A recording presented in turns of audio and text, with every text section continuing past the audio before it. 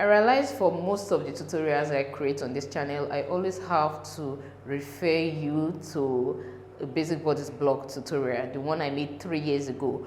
But over time, I have learned some more, modified that pattern a little bit. So this video is a very detailed tutorial on how to make a basic bodice block, simplified so that as a beginner, you can understand it. In fact, that's why I'm not making use of a voiceover, so you can interact with me better. You're welcome to Chem Afrique. My name is Kemi Omorugbe. Let's do this.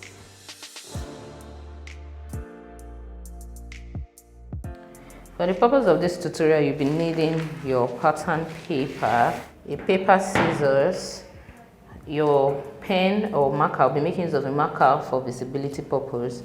If you are learning, please make use of a pencil so that you can erase it when you need to. And my curve, basically you need a curve and a ruler. So I have them both in this. I will start by demarcating my paper, dividing it into two and creating a margin.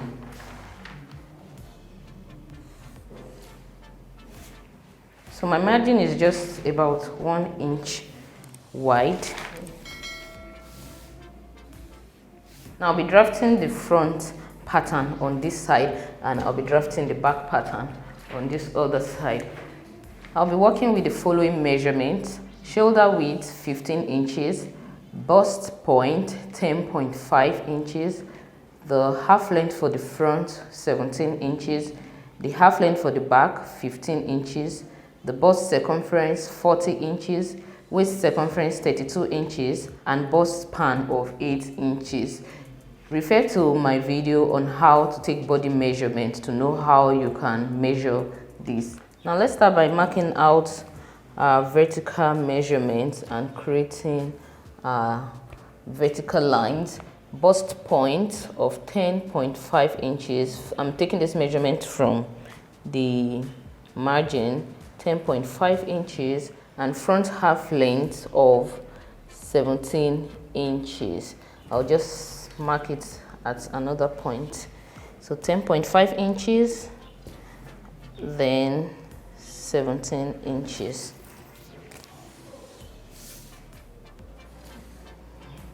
Now this part is our center front. So I'll be taking all my measurement from here to the side.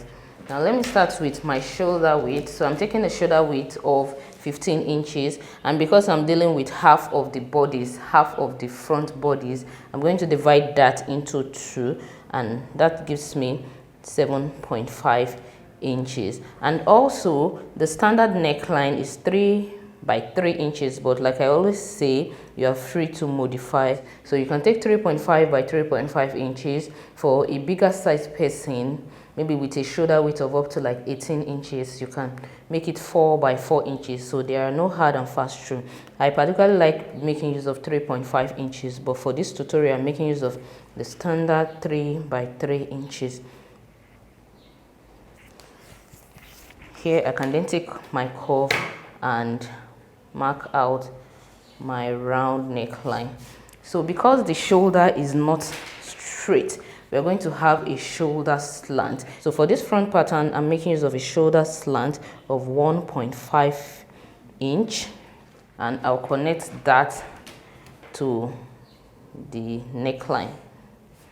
The major difference between the front and the back bodice is zipper allowance. So I'll be marking a margin for the zipper allowance here. So let's label that ZE.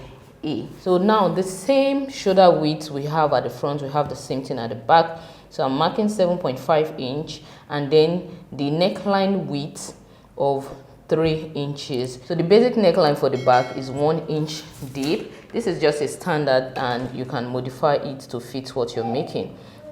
But on your basic bodies, just have a 1 inch deep zipper allowance, and you create the neckline curve for the back. So while we have a shoulder slant of 1.5 inch for the front, for the back we'll be making use of 1 inch because it just sits into your body better that way. You don't need to make it as deep as the front. So I'll be slanting the shoulder this way. So we have our 1 inch shoulder depth like so. So when I was mentioning the measurement we'll be using, I mentioned that the half length for the back will be 15 inches. So the front half length is 2 inches longer than the back half length, and that is where our bust dart will come into play. Bust dart, or you can call it a side dart. I used to call it a side dart, and I believe I did that in the previous tutorial. Now this is the waistline for the back, and for the front we have our waistline here. So let me label this other line as well. This is our bust line. That's because we took the measurements from the shoulder to the bust point, and that makes this our bust line. So I won't be putting this on the back pattern simply because we don't have a bust for the back. Now this 2 inches difference we have between the front half length and the back half length is because of the protrusion of the bust. And if you take your measurement properly, you'll notice that the half length for the front is usually longer than the half length for the back for a lot of people, especially those who have a bust already. Okay, except for a child, you have the same thing. So please refer to the video on body measurement to know how all of this came into play. I'll drop a link for that in the description box to be easier for you to understand this. So now we want to create our chest line on the front and on the back pattern. You must have noticed that I'm working on the front and back pattern simultaneously. Now I want to mark the position of the chest line. I'm going to take my measurement from the margin once again. Now there's a formula for you to estimate the position of the chest line. When I say the chest line, I simply mean just the line underneath the armpit. Not exactly underneath the armpit, because you need some freedom for your arm, for the arm to move, right? Especially when you attach a sleeve. So but it's just a comfortable position between your margin, or between your shoulder and the armpit. So that line we are creating there, which is like the line of the armhole, is called the chest line. So there's a formula you can use to estimate this, because it kind of varies with the body sizes. So you're going to take bust circumference, divide it by 6, and whatever value you get, you add 1.5 inch. I believe that 1.5 inch is to allow for some room, some freedom. So based on this, if you have a bigger bust, chest line depth you will take here will be longer. So it varies with body sizes and that. Another method I use, which I also love because it's just simply direct, I make use of the same shoulder width I use, and I come here, I add this 1 inch drop. So for instance, this shoulder width is 7.5 inches, right? So rather than taking 7.5 inches from the margin, I'll make room for this 1 inch drop. So I'm going to have 8.5 inches here. I'll come to the front pattern and take that same 8.5 inches. So even though the shoulder drop here is 1.5 inches, the position of the chest line for both the front and the back remains at the same point. So now that is the method I'll be using for this. So we have 7.5 inches shoulder width here. I'll come here and mark 8.5. That is the same measurements I took here plus that extra 1 inch. So if you don't want to use this, you can go ahead and make an estimation based on the formula I mentioned earlier on. So having taken this 8.5 inches, I'll come here and also mark the shoulder width at this point. So I'm coming here to mark 7.5. So let's take that again. So we have 8.5 here. So wherever my 7.5 inches matches my 8.5 inches here, I'm going to draw the straight line all the way down. So I have this. Now I'm going to continue marking the position of my chest line, which is 8.9, right? Same 8.5 here, and then we'll draw out our chest line. Now on the front pattern, I'm going to still mark my 8.5 inches.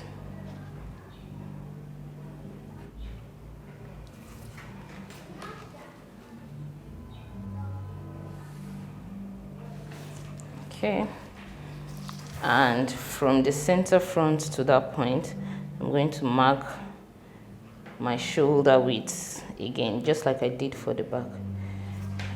So you connecting this like so. At this point I want to create the armhole curve and take the measurement of this your line, okay, this your armhole line, and divide it by 2, then mark the midpoint.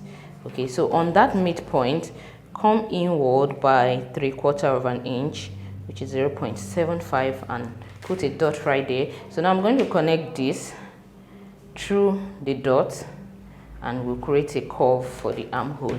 I like to make use of this part of my curve, and always know that your curves are there to direct you. They are not like exactly accurate for all the measurements. You are in charge of the curve, so control it the way you want it to look. Okay, so we have this. I'll do the same thing for the back.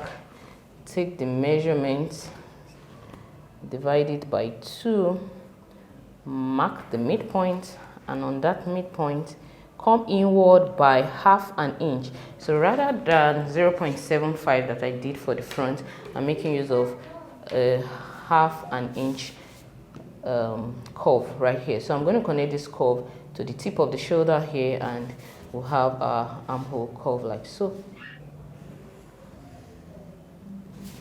Beautiful.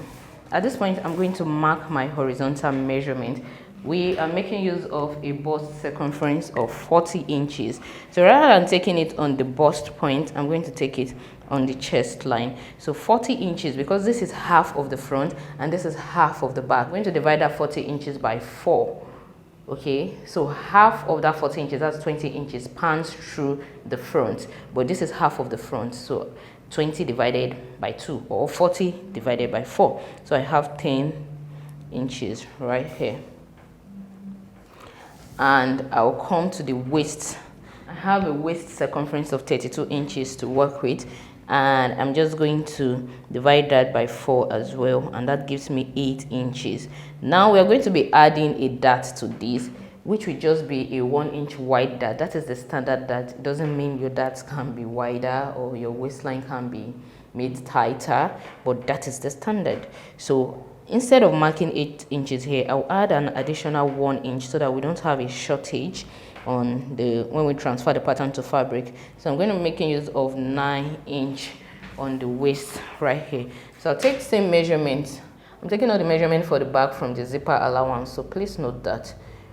So on the chest line, I'm marking the bust circumference divided by 4, 10 inches, and here we're marking 8 plus 1, which is 9 inches. Then we're going to connect our dots to create the side seam for this.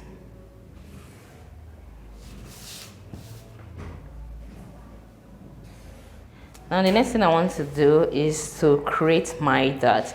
We are making use of a bust span of 8 inches. Bust span is simply the distance between one bust to the other. That is from the nipple, from one nipple to the other nipple. For this pattern, we are making use of a bust span of 8 inches. That means from here to the other side of the front, we have 8 inches. So this is half of it, so I'm making use of 4 inches. So I'm marking 4 inches here.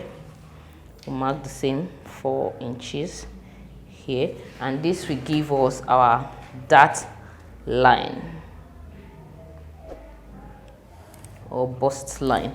So earlier on I mentioned that my dart is just 1 inch wide, so that means I can mark half an inch on both sides of the dart leg. And right here, you may not want your dart to get to the bust point, because this is the bust point. You may not want your dart to get to the bust point, so come below the bust point by 1 inch. You can also make use of half an inch, then connect your dart depending on what you plan on doing to the dart. If you'll be transferring the dart, most likely you have to get to the bust point, but for this we are not transferring this particular dart. This is not a dart manipulation video, so I'm just marking my dart 1 inch below the bust point. So remember I told you earlier on that there is a difference of 2 inches between the front and the back half length. So now I'm going to come to the bust line for this pattern, that's the front pattern, and mark 2 inches downward. Then just like I did here, I'll come to the side of the bust line by 1 inch and connect this. So this has given us a 2 inches wide bust dart. This is called a waist dart, and this is your bust dart, in case I have mixed it up somewhere. So yes, we have our 2 dart system on the front pattern. Now let's move on to the back pattern. We also mark the same 4 inches here. You have an option of measuring the width of the back waistline and just dividing it by 2 to get the position of the dart, but you can also make use of your bust span. So let's do that. 4 inches here on the chest line. The chest line is a reference point for this. I'll mark the same 4 inches and we'll connect this to this. We have this. So there is no hard and fast rule for the back dart, but I make sure not to extend it above the chest line. Sometimes I come downward by 1 inch, but you can definitely make your dart end on the chest line. So I have my 1 inch wide dart for the back here. Now we are almost done with our bodice, but I'm just going to do one last thing before we talk about adding seam allowances to this. On the bust dart, if you take this measurement and then you take this measurement, you notice that this is wider than this, right? So because of that, by the time you close up this dart, there will be a little bit of a shortage here. What I'll be doing next is what is called truing. Watch this. Once again, I'll take the width of this dart and mark the center. I will then connect this center to the bust point and extend it a little bit. So now I'm going to make use of my tracing wheel and connect my line so that it's smoother, okay? So I'm going to connect this line to this point using my tracing wheel, okay? So when I open it up, I can see the marking of the tracing wheel, and I'm just going to use dirt to connect this, okay?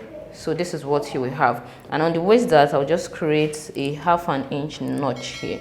So I'll extend this by 1/2 inch and, you know, just create a notch right there. I'll do the same thing on the waist dart for the back.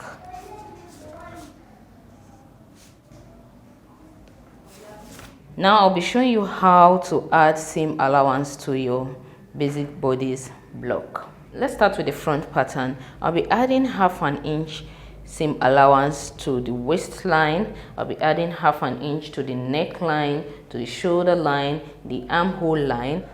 Now on the side of the pattern, I'll be adding 1 inch seam allowance. You can actually add 1/2 inch seam allowance all around it. I won't be adding any allowance to the center front because it is on fold, okay? That means when you're transferring this to a pattern, you're just making a basic bodice block, this part will be folded into 2, so there is no need for a seam allowance.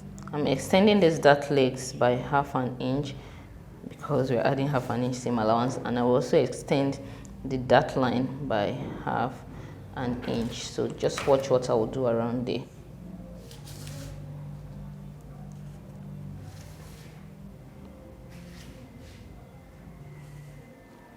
Okay.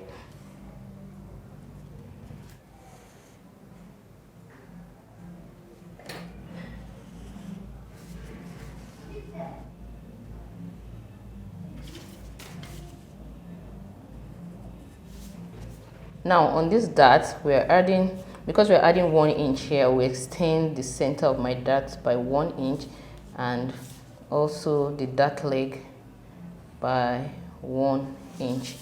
Then the allowance extends from here to here, from here to here, and from here to here. So from here to here.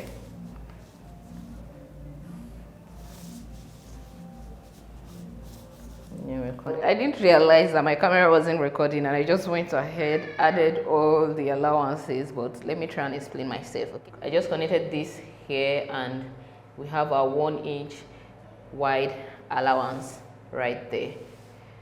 So for the back pattern, I did something quite similar. In fact, similar, if not the same. I added 1/2 inch seam allowance on the neckline, on the shoulder line, the armhole curve, and on the waistline, while along the side of the pattern we have a 1 inch wide seam allowance. Half an inch everywhere is 1 inch on the side, but then we don't have an allowance on the zip allowance, right? It is already an allowance. So whenever I create a basic bodice block and I know that that's not my final piece, that's not the pattern I want to use for the outfit, if I'll be altering the pattern, I don't usually add seam allowances, and I won't recommend that you add seam allowances just yet. Go ahead, alter your pattern, and when you are done with that, you can then add your seam allowances. Another thing I do personally to make my work faster is not to even add seam allowances on my pattern. I go ahead, transfer it to fabric, and while cutting the fabric, I add the seam allowances necessary.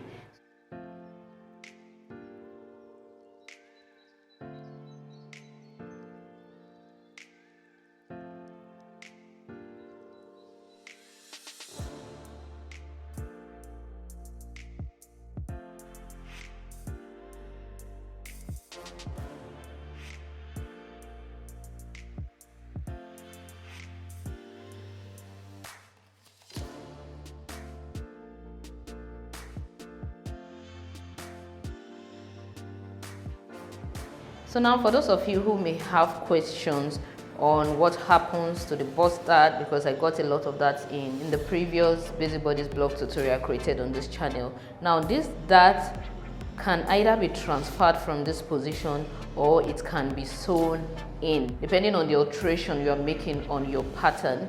So let's assume this is going to be sewn in by whoever owns it. So by the time this is sewn in, you have the front and the back pattern balancing up along the side, as you basically have the same length for the front and the back pattern. So that explains what happens to the bust dart. If this is not going to be sewn in, it will probably be transferred to the shoulder or be manipulated into a style line, but basically this will not remain open on any outfit.